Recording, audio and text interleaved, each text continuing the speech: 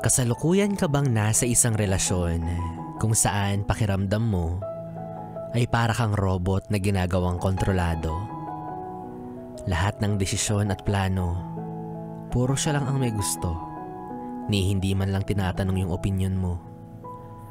Masyado siyang makapit sa'yo. Masyado kang bantay sarado. Pilit kang binabago tungo sa katauhan na siya lang naman ang may gusto. Hindi kanya literal na sinasakal, pero ramdam mo yung pagkahingal na para bang naghihingalo ka na. Nalulunod sa mga bagay na siya lang ang laging nasusunod. Kasi hodang bawal ka makipagkaibigan sa kung sino-sino. Ultimo mga dati mong kakilala, dapat layuan mo na.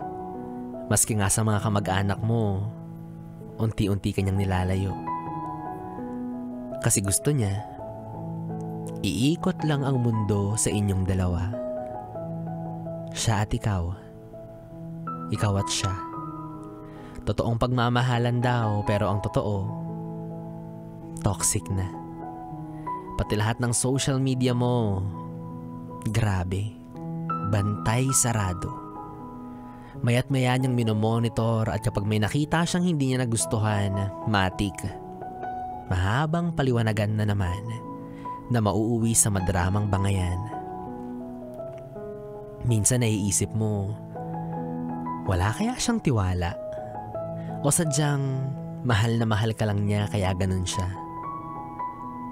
Pero hindi ba't minsan kailangan mo rin maging malaya?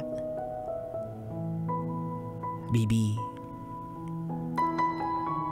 hindi porket magkarelasyon kayo, hawak niya na yung buong buhay mo. May karapatan ka pa rin na piliin at gustuhin yung mga bagay na nais mong gawin.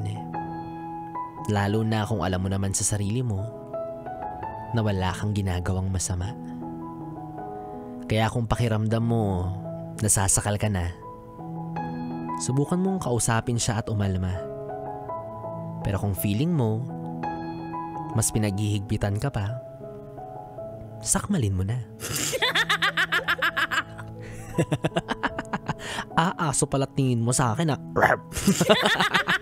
Well, anyways mga yes friend, kapiling nyo pa rin ako, DJ B-Boy Bibo, para sa ating tuloy-tuloy na BB Time hanggang mamayang 12:00 dito sa 101.1 Yes FM Solid.